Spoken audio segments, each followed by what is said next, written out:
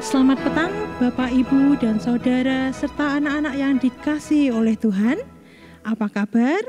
Masih tetap semangat ya? Semoga semuanya dalam keadaan sehat dan juga baik. Hari ini, hari Rabu tanggal 29 Juli 2020, kita berjumpa kembali dalam Persekutuan Raya GKMI Kudus. Meski persekutuan masih dilakukan di rumah masing-masing, kita tidak boleh kehilangan sukacita kita, ataupun kita kehilangan damai sejahtera. Karena sukacita itu bersumber dari hati yang dipenuhi oleh kasih Allah. Mari kita mulai persekutuan pada petang hari ini. Kita mau pujikan Sungai Sukacita.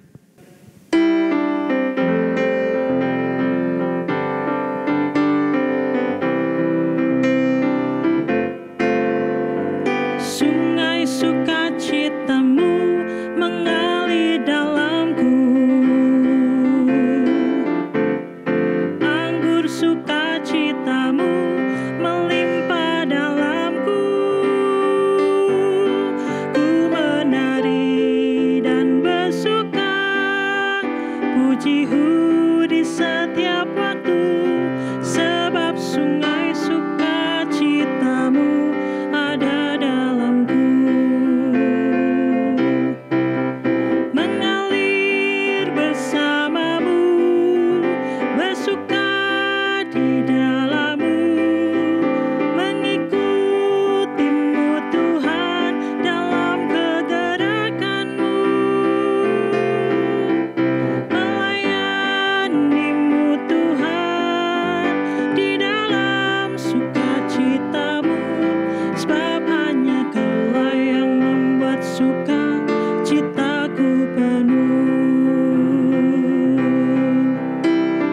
Pujikan lagu ini sekali lagi.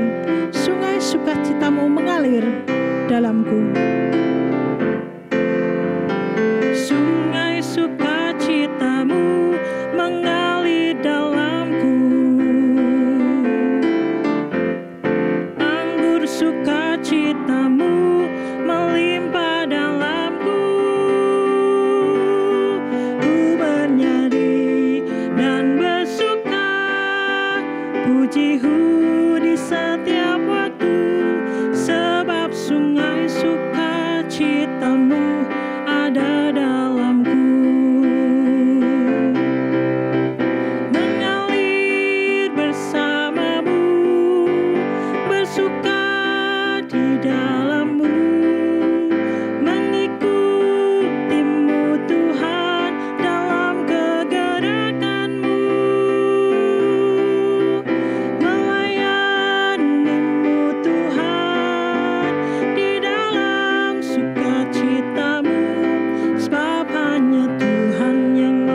Sukacitamu penuh.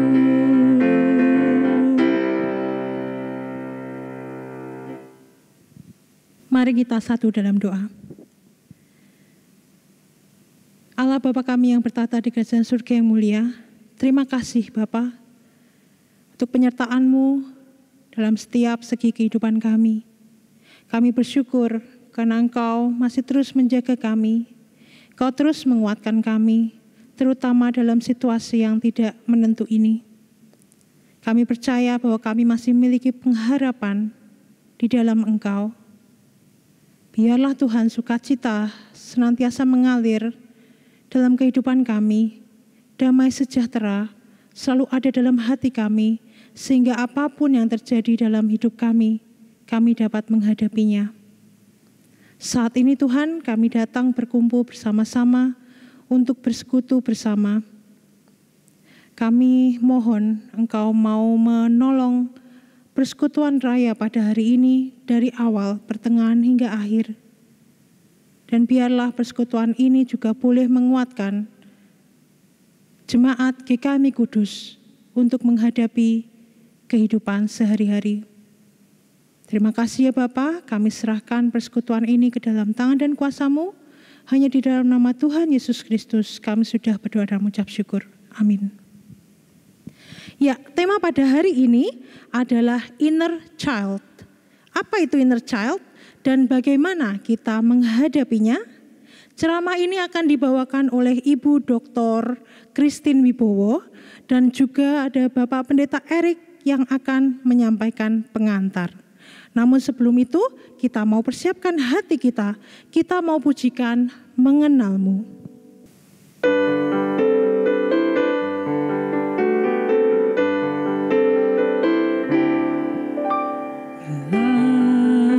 Ku buka mataku dan lihat wajah-Mu, ku terkagum bila ku lihat hidupku dan karya tangan-Mu, ku tersanjung.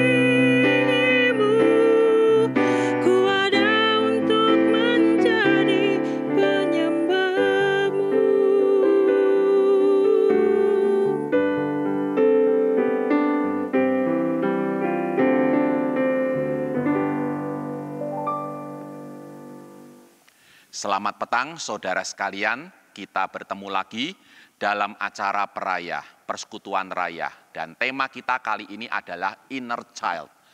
Apa dan bagaimana mengatasinya. Apa yang dimaksud dengan Inner Child?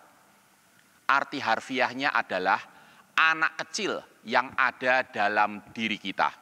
Siapakah dia? Yang pasti dia bukan hantu. Lalu apa? Apakah dia berbahaya dan mengapa kita perlu menyadarinya, serta bagaimana mengatasinya. Ibu Dr. Christine Wibowo akan mengupas dan menjelaskan kenyataan ini bagi kita. Panggilannya adalah Extin, dari Christine, Ibu Extin. Beliau adalah seorang Kristen yang menjadi guru atau pengajar di Fakultas Psikologi Universitas Katolik Sugia Pranata, Semarang. Mari kita simak uraiannya dan semoga kita dapat menemukan anak kecil dalam diri kita dan tahu bagaimana mengatasinya. Shalom Bapak Ibu, apa kabar? Bersyukur sekali walaupun dalam kondisi yang serba sulit, serba membingungkan mungkin buat sebagian dari kita, tetapi kita masih bersyukur karena bisa bertemu lewat online ya Bapak Ibu ya. Tentu ini tidak nyaman buat Bapak Ibu, tidak senyaman biasanya, dan tentu saja kurang nyaman buat saya karena saya tidak bisa menatap wajah Bapak Ibu yang tentu sekarang sumringah begitu ya. Saya menatapnya hanya monitor. Dan ini suatu hal yang sulit sebetulnya, tetapi mau tidak mau kita harus belajar di masa-masa seperti sekarang, sehingga nanti saya mengharap kita semua memiliki keterampilan yang baru ya Bapak Ibu. Setelah masa COVID ini, ternyata saya bisa presentasi hanya menghadap kamera, begitu Bapak Ibu ya. Dan tentu saja Bapak Ibu juga memiliki keahlian yang lain yang baru ditemukan di masa-masa COVID ini. Ya, Bapak Ibu perkenalkan, nama saya Christine Wibowo. Ini keluarga saya Bapak Ibu. Kalau Bapak Ibu ingin nanti kontak dengan saya, Bapak Ibu bisa scan di sini. Ya, nanti bisa dilihat di scan Bapak Ibu. Atau bisa lihat nanti di panitia. Ini Instagram saya, namanya menggunakan X Bapak Ibu, Xtin ya. Jadi mahasiswa saya sering memanggil saya dengan sebutan Bu Xtin. Nah, apakah Bapak Ibu memiliki putra-putri, keponakan atau siapapun, tetangga mungkin yang kuliah di Fakultas Psikologi Unika, kemungkinan besar bertemu dengan Bu Xtin, begitu Bapak Ibu ya. Nah, mari hari ini dalam 30 menit ke depan, tidak bisa berlama-lama, kita akan bicara tentang sedikit lah ya Bapak Ibu ya, tentang yang disebut dengan inner child. Apa itu Bapak Ibu? Jadi inner child itu ada anak di dalam diri kita. Tentu saja ini bukan horor Bapak Ibu, tapi nanti saya akan membahas sedikit dan saya percaya Bapak Ibu sebetulnya sudah memahami ini, tapi nanti kita akan ulas bersama-sama. Baik Bapak Ibu, saya akan memulainya dari Filipi 3 ayat 13 sampai 14. Ini ayat favorit saya kalau saya diundang untuk mengisi materi di acara-acara ulang tahun Bapak Ibu. Ini menarik sekali loh ya. Filipi 3 ayat 13 sampai 14. Saudara-saudara, aku sendiri tidak menganggap bahwa aku telah menangkapnya.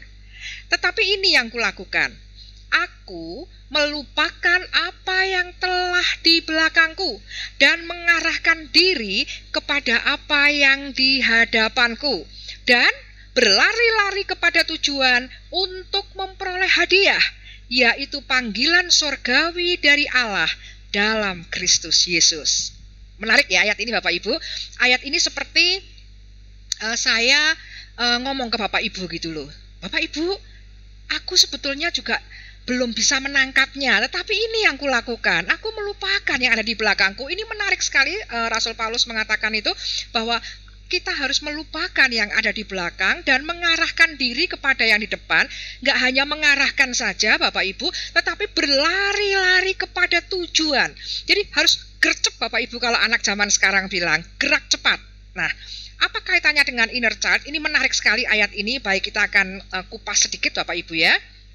Nah, saya mengajak Bapak Ibu semua untuk merem boleh, tidak juga tidak apa-apa, untuk mengingat masa kecil kita.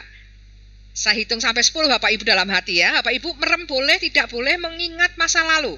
Waktu masih kecil.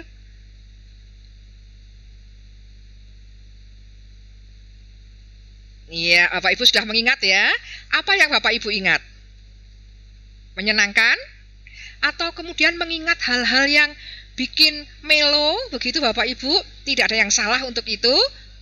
Nah, itulah yang disebut dengan inner child. Waktu kita mengingat masa lalu, baik yang membahagiakan maupun sedikit menyesakkan dada atau sampai betul-betul menyedihkan.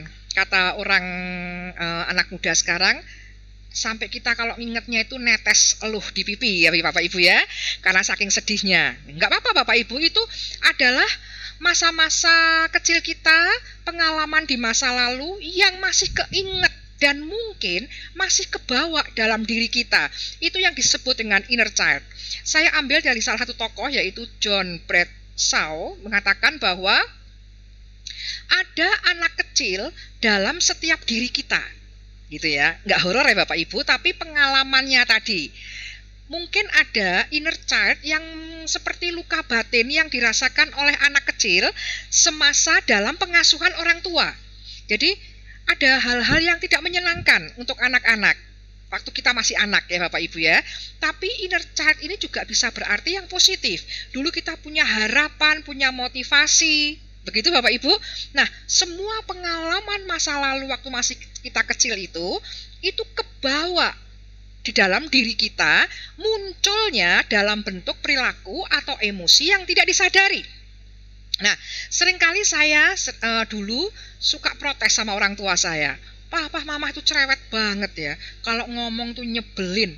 Terus dalam hati saya berpikir, besok tuh ya, kalau saya jadi orang tua, saya nggak akan seperti itu, gitu ya. Tapi nyatanya, anak-anak saya, Bapak Ibu, ngomong ke saya, mama tuh kalau ngomong kok cerewet sekali ya. Loh, kok sama ya dengan protes saya kepada orang tua? Padahal saya sudah bilang, saya nggak mau niru orang tua. Tapi kenyataannya, masih saja saya seperti orang tua saya. Nah ini loh Bapak Ibu, itu yang disebut dengan inner child, itu nggak sadar kita. Kadang-kadang kita berperilaku atau memiliki emosi yang sama dengan waktu kita masih kecil. Itu disebut dengan inner child Bapak Ibu. Nah kita mau cerita tentang gimana asal inner child. Inner child itu berasal dari yang pertama itu hampir 80% Bapak Ibu dari pola asuh orang tua. Bagaimana orang tua mengasuh kita itu akan membuat inner child buat kita, baik positif maupun negatif. Nah Bapak Ibu pada malam ini atau siang Bapak Ibu mendengarkan atau melihat YouTube ini, kita belajar bagaimana kita menghadapi inner child, tetapi sekaligus kita belajar pola asuh supaya anak-anak kita, kalau kita memiliki anak, cucu, supaya inner child mereka itu baik ya Bapak Ibu ya. Jadi kita bisa belajar dari dua sisi, kita sebagai orang dewasa yang memiliki inner child, dan kita sebagai orang dewasa yang berperan dalam membentuk inner child untuk anak-anak kita. Begitu ya. Yang pertama pola asuh Bapak Ibu. Nanti kapan-kapan kalau sudah nggak ada COVID, Bapak Ibu boleh undang saya lagi untuk tentang pola asuh atau parenting. Ini satu sesi sendiri Bapak Ibu ya. Ternyata pola asuh ini sangat memengaruhi inner child. Kemudian interaksi dengan saudara, interaksi dengan teman, pokoknya dengan semua orang, dengan guru, lingkungan sekitar, baik orang yang sudah dikenal, bahkan orang asing, itu sangat memengaruhi inner child seorang anak. Sangat memengaruhi inner child kita, begitu Bapak Ibu ketika kita dewasa ya. Jadi semua interaksi pada masa kecil itu sangat berperan dalam perilaku dan emosi kita. Nah Bapak Ibu kita lihat, kalau dari hasil penelitian saya tentang trauma masa anak yang tentu saja berkaitan dengan inner child, bagaimana kalau anak kecil yang ada di dalam diri orang dewasa itu trauma, itu karena sebabnya apa Bapak Ibu? Nah ini saya penelitian saya jenis-jenis trauma atau macam-macam trauma masa anak Bapak Ibu ya. Ada antipati orang tua. Apa itu antipati orang tua? Bukan orang tua yang antagonis menyebalkan, bukan Bapak Ibu, tetapi orang tua yang tidak pernah menanyakan perasaan kepada anaknya. Nah, kita introspeksi Bapak Ibu. Kita sebagai orang tua, apakah kita pernah menanyakan perasaan anak-anak atau tidak? Kamu senang mana? Kamu lebih senang dijemput opa oma kalau pulang sekolah langsung ke rumahnya opa oma, atau dijemput papa mama lalu ke rumah sendiri walaupun kosong? Nah, kita sering berpikir bahwa anak-anak sebaiknya bersama opa oma. Iya betul, itu baik Bapak Ibu. Tetapi kita kadang lupa tanya ke mereka. Nanya aja kok angel ya kita Bapak Ibu kadang-kadang ya. Perasaanmu tuh gimana gitu ya. Kalau pulang sekolah mau nggak nunggu kakak atau nunggu adik, atau kamu minta dijemput mamah duluan? Itu kok ya nggak nanya gitu ya. Jadi antipati itu adalah ketika orang tua tidak pernah menanyakan perasaan anak. Ya, dan pengabaian Bapak Ibu, ini bukan orang tua yang antagonis kemudian anak ditelantarkan, bukan. Tetapi kadang-kadang anak kita titipkan, seperti Cita tadi saya bilang, dititipkan ke rumahnya tante, ke rumahnya paman, bibi, om, kakek nenek. Tapi anak tidak tahu alasannya Bapak Ibu. Ini hasil penelitian saya. Dia nggak tahu kenapa aku dititipin.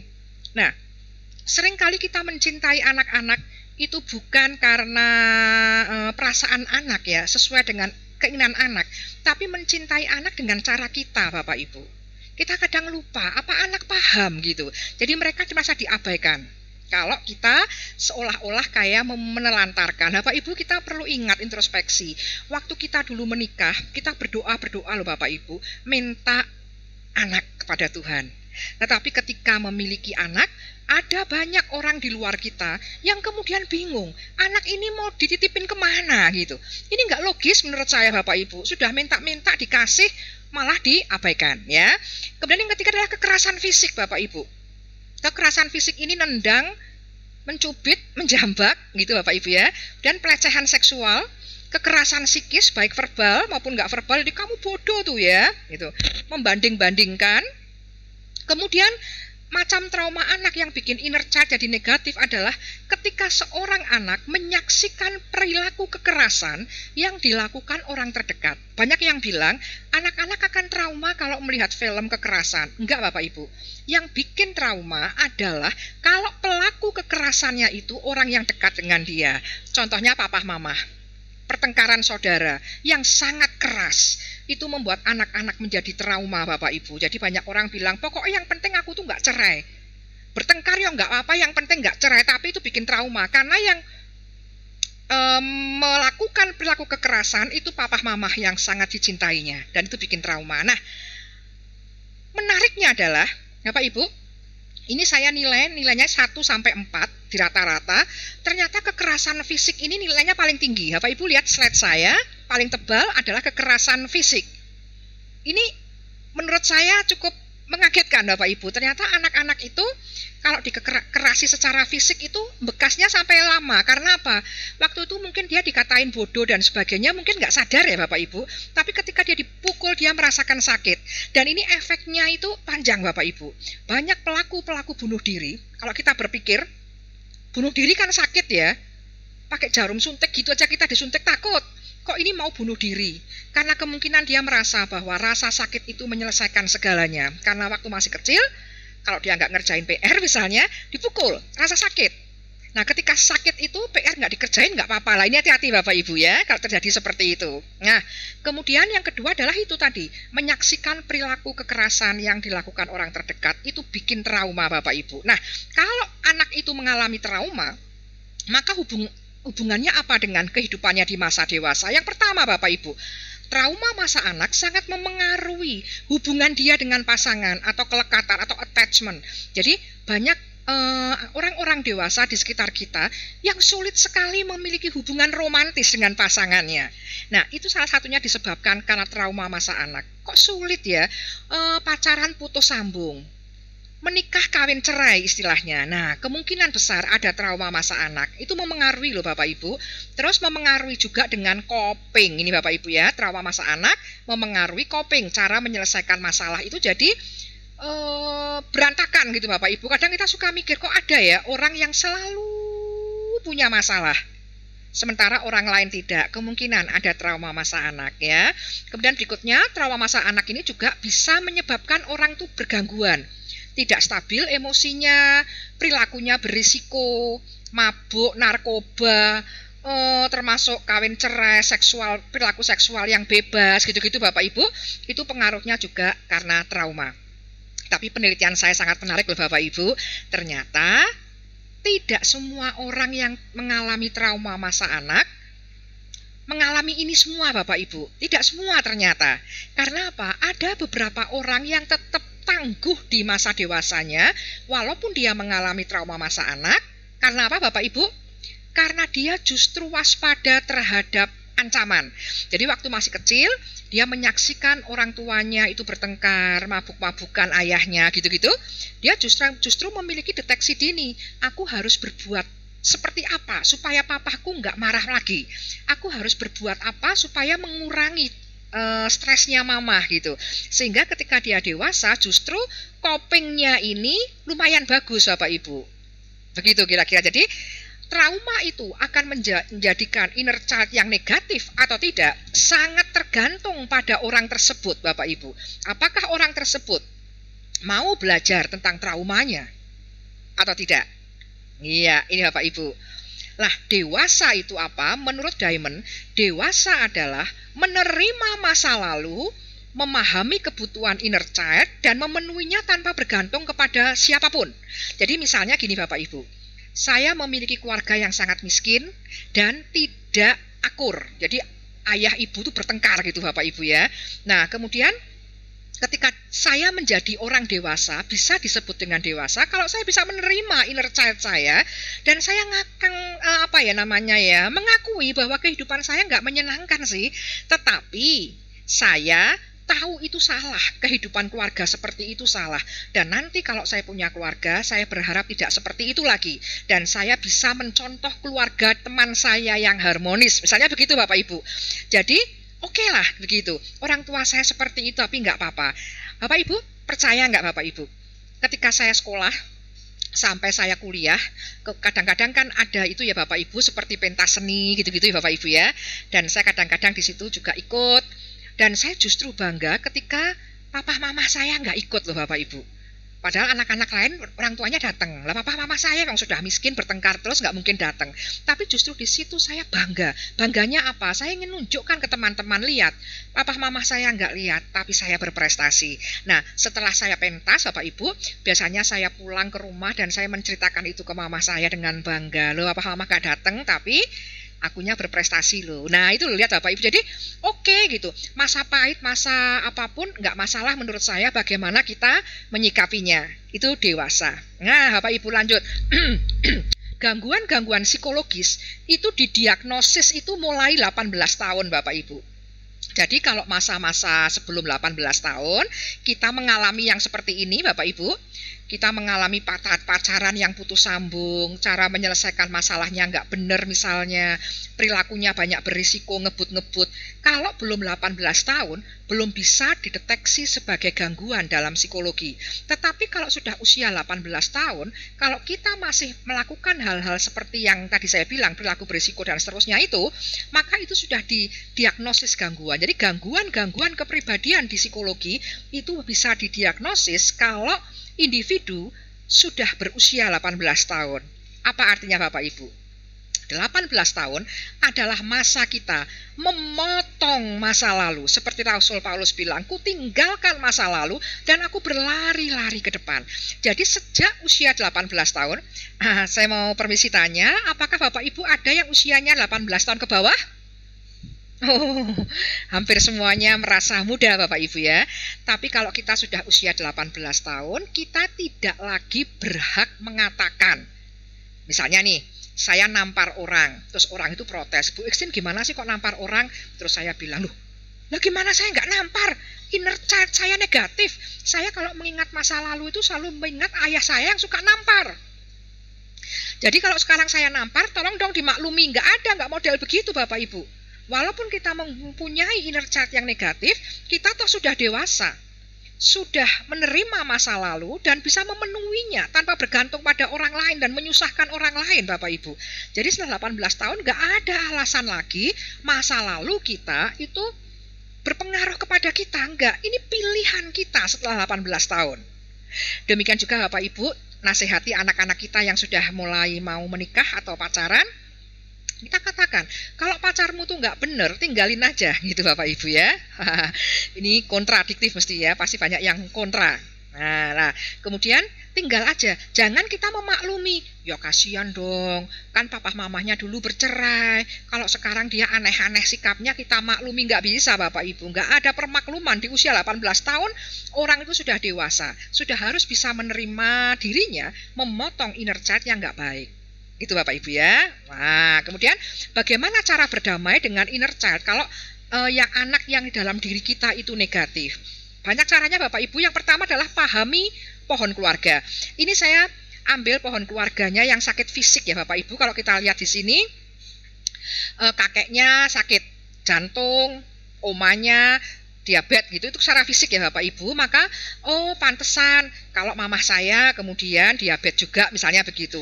Nah ini secara psikis kita juga harus belajar begitu. Misalnya kenapa saya diasuh oleh orang tua yang suka bertengkar. Nah kita mau lihat, oh iya ya kan dikala itu opa oma sangat miskin, kakek nenek sangat miskin, sehingga papa saya harus bekerja banting tulang, nggak pernah sekolah. Pantesan ya ketika dia menjadi ayah suka marah-marah ke ibu. Oh, ibu saya juga begitu, kedua orang tuanya meninggal sejak kecil. Jadi ibu saya tidak mengenal orang tuanya. Jadi dia mengalami luka hati. Nah, ayah saya yang modelnya begitu, ketemu dengan ibu saya yang modelnya begitu, pantas waktu mengasuh saya itu nggak sabar. Nah, dengan memahami pohon keluarga, semoga kita menganggap bahwa inner child kita itu hal-hal yang patut kita syukuri Bapak Ibu ya. Jadi pahami pohon keluarga, mengapa bisa pola asuh orang tuaku itu kok sampai jengkelin gitu tuh kenapa? Ternyata ada silsilahnya. Nah, semoga dengan begitu kita rodok bersyukur Bapak Ibu ya, atau ayem begitu. Nah, berikutnya adalah kita perlu seperti mengupas bawang, menyelesaikan masalah satu demi satu. Bapak Ibu jangan protes dulu, nanti saya sampaikan ya. Mengupas bawang, kita selesaikan. Contohnya begini Bapak Ibu, kalau saya mengingat sekarang masa kecil saya, ada orang-orang yang menjengkelkan buat saya. Maka saya kemudian datangi lagi dan berdiskusi dengan mereka. Kemudian rekonsiliasi lah, berbaikan lagi begitu. Jadi ada dua rekonsiliasinya Bapak Ibu, melupakan atau memaafkan, begitu ya. Kita ulang kembali masa itu, kemudian kita temuin. Tapi kalau nggak bisa ditemuin, ya kita bayangkan saja Bapak Ibu seperti ini. Dialog dengan diri sendiri. Bapak Ibu mengenal Daud. Daud adalah tokoh Alkitab yang sering ngomong dengan diri sendiri. Saya nggak hafal ayat Alkitab, tapi mengatakan, hai jiwaku ayo dong bersuka cita, hai jiwaku jangan begitu dong gitu ya. Jadi dialoglah dengan anak kecil dalam diri kita. Oke, aku paham. Iya, aku jengkelin banget. Tapi aku sekarang sudah menerima kok ya. Boleh dengan tulis surat Bapak Ibu, tulis surat kepada kita sendiri, kita baca. Aku hidupnya susah, tapi nggak apa-apa. Coba kalau aku orang tuanya dari dulu kaya, mungkin aku nggak seperti sekarang, berjuang keras dan berhasil. Coba kalau dulu orang tuaku akur, sekarang aku tidak pernah berjuang membuat keluarga yang akur. Begitu-gitu ya Bapak Ibu ya. Nah, ini cara berdamai. Kemudian Bapak Ibu, ayo fokus ke depan, berprestasilah di satu bidang aja Bapak Ibu, di satu bidang aja. Kalau kita sudah sukses Bapak Ibu, maka kita akan melihat luka-luka yang lama itu masih ada di situ, tapi nggak menyakiti lagi. Bapak Ibu, tentu saja saya pribadi nih, saya memiliki banyak sekali kenangan yang nggak enak lah ya, menyebalkan, menjengkelkan, memalukan begitu ya. Tetapi kemudian saya pernah fokus, pokoknya yang penting saya kuliah di psikologi dan saya menjadi guru Bapak Ibu. Cita-cita saya menjadi guru dan jadi nganten. Jadi guru dan jadi nganten ya Pak Ibu ya. Kemudian setelah saya keluar dari kota saya dulu di Wonosobo kecil Bapak Ibu. Kemudian saya fokus untuk kuliah. Nah, kemudian saya menjadi guru Bapak Ibu, guru di psikologi Unika sekarang. Nah, ketika saya sudah menjadi guru, mungkin itu bukan prestasi yang menakjubkan buat banyak orang, tapi buat saya wow banget gitu Bapak Ibu ya, dari orang yang nggak punya bisa mengajar di alma mater saya. Nah, ketika saya sudah menjadi guru Bapak Ibu, saya menoleh ke belakang. Masih ada nggak orang-orang yang menyebalkan? Ya masih ada, tetapi sudah tidak menyakiti saya lagi. Jadi fokusnya adalah di prestasi justru Bapak Ibu, di prestasi. Kalau kita memiliki prestasi, kita melihat ke belakang, itu nggak menyakiti lagi. Bapak Ibu sering mendengar motivator atau pembicara-pembicara andal Bapak Ibu yang ngomong di panggung itu bilang begini, dulu saya gagap, sekarang lihat saya bisa pidato. Ya Bapak Ibu ya, jadi suatu saat semua kenangan-kenangan kita yang tidak baik itu bisa kita ceritakan kepada orang lain dengan penuh gembira Bapak Ibu. Dulu saya nggak punya rumah tapi lihat sekarang ya, dan seterusnya. Jadi berprestasilah minimal satu bidang. Kalau prestasinya lebih banyak, lebih oke lagi Bapak Ibu ya. Jadi berprestasi. Kemudian Bapak Ibu, kalau ngupas bawang, menyelesaikan masalah, tidak cepat, karena kan masalahnya banyak banget, lapisan bawangnya terlalu tebal. Kalau kita kupasin satu-satu nggak cukup dong Bapak Ibu ya, akan membutuhkan waktu yang sangat lama. Maka fokus aja dengan apa yang Tuhan inginkan kepada kita. Paulus mengatakan apa? Berlari-lari untuk mencapai hadiah, yaitu kehendak Tuhan. Jadi kalau kita sudah pusing banget ini, masalahnya banyak sekali, dikupas tidak selesai, maka fokus saja pada apa maunya Tuhan untuk hidup kita. Mungkin kita Diminta Tuhan untuk lebih melayani lagi, lebih giat dalam paduan suara, lebih berprestasi lagi, dan menjadi berkat bagi orang lain. Suatu hari nanti Bapak Ibu, kita nggak perlu ngupas bawang. Kita lihat Bapak Ibu, saya ajak Bapak Ibu melihat titik hitam yang ada di sini Bapak Ibu. Kelihatan Bapak Ibu? Coba dilihat terus, nanti lama-lama slide-nya jadi apa? Slide-nya. Dilihat, ya. Lama-lama jadi apa Bapak Ibu? Dilihat terus, iya. Jadi apa Bapak Ibu? Oke. Bercak-bercak warna itu lama-lama akan hilang. Nah, demikian juga Bapak Ibu dengan inner child kita. Walaupun apapun yang terjadi, banyak sekali masalah-masalah di masa-masa lalu kita. Kalau memang bisa kita kupas seperti bawang, kalau nggak bisa, tinggal kita fokus saja dengan target kita dan apa mau Tuhan kepada kita. Maka pelan tapi pasti, luka-luka inner child kita itu akan hilang dari pandangan kita. Dan Rasul Paulus mengingatkan kita, saudara-saudara, aku sendiri tidak menganggap bahwa aku telah menangkapnya, tetapi ini yang kulakukan.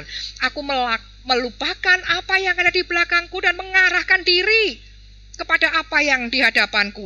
Dan Bapak Ibu, berlari-lari kepada tujuan untuk memperoleh hadiah, yaitu panggilan surgawi dari Allah dalam Kristus Yesus.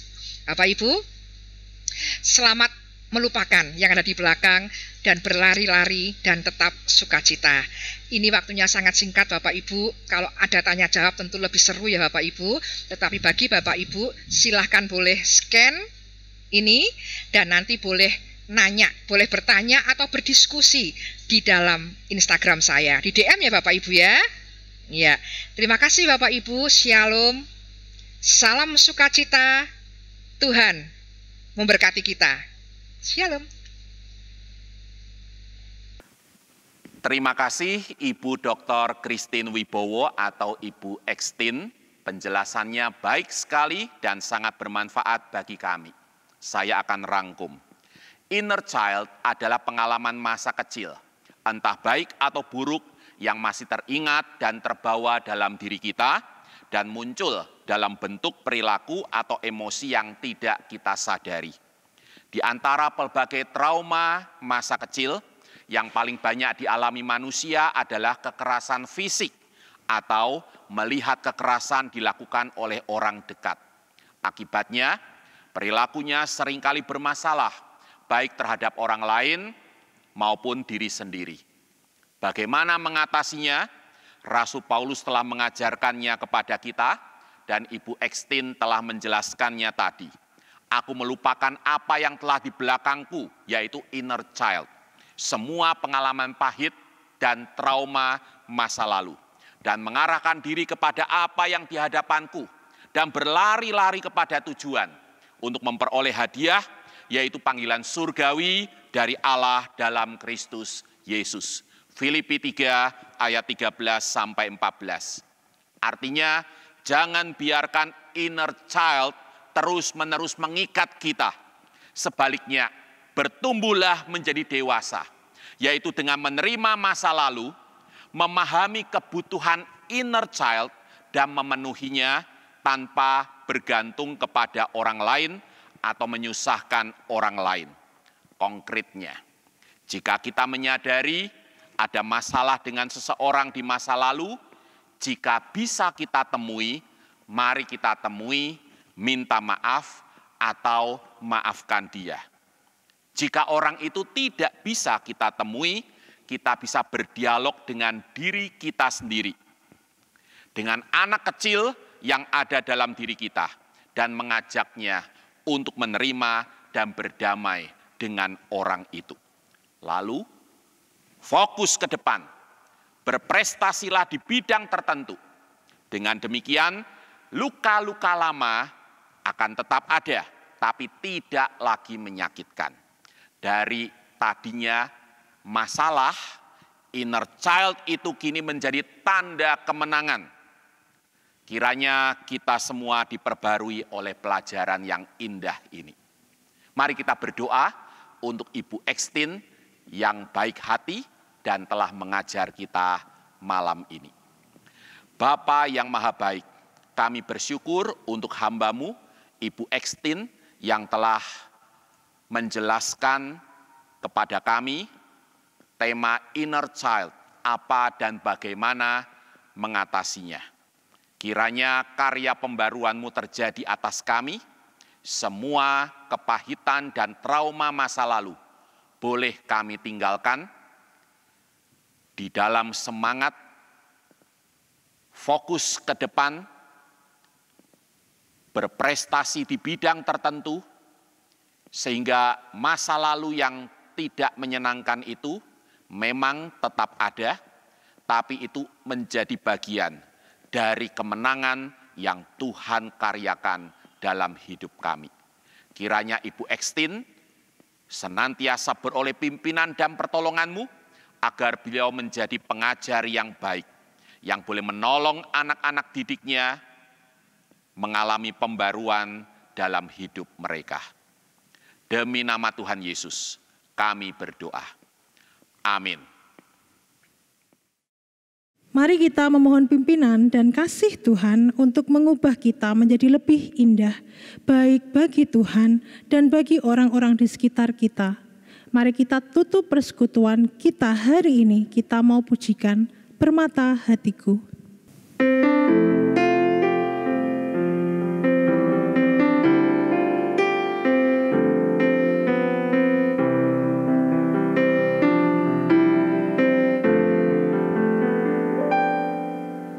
Dengan segenap hati dan jiwaku, ku datang padamu dalam kerinduan.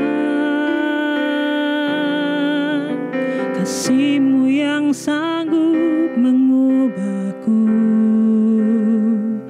dan menguatkanku dalam pengharapan.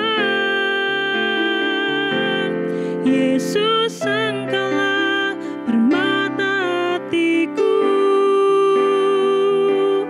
dunia tak dapat menggantikan-Mu.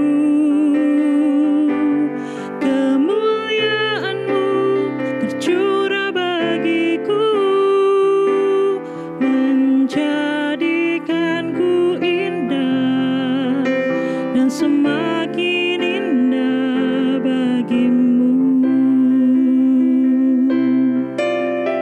Dengan segenap hati dan jiwaku, dengan segenap hati dan jiwaku, ku datang padamu dalam kerinduan. Kasih-Mu yang sanggup mengubahku dan menguatkanku dalam pengharapan. Yesus, Engkaulah permata hatiku, dunia tak dapat menggantikan-Mu. Kemuliaan-Mu tercurah bagiku, menjadikanku indah dan semakin indah bagi-Mu.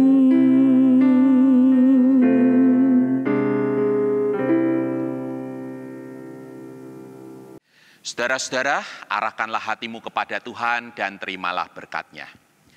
Kasih karunia dari Allah Bapa, penyertaan dari Tuhan Yesus Kristus, serta persekutuan dengan Roh Kudus atas saudara sekalian hari ini sampai selamanya.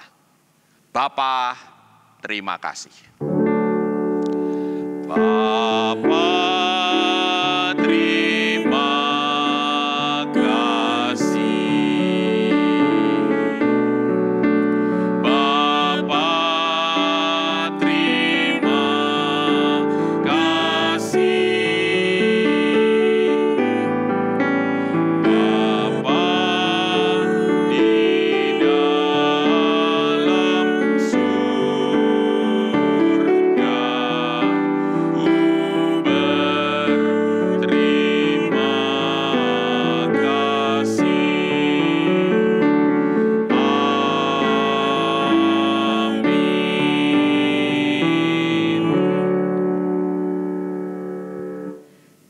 Persekutuan raya pada hari ini telah selesai. Sampai jumpa kembali di persekutuan raya berikutnya. Tetap jaga kesehatan, tetap ikuti protokol kesehatan yang dianjurkan pemerintah. Tuhan Yesus memberkati.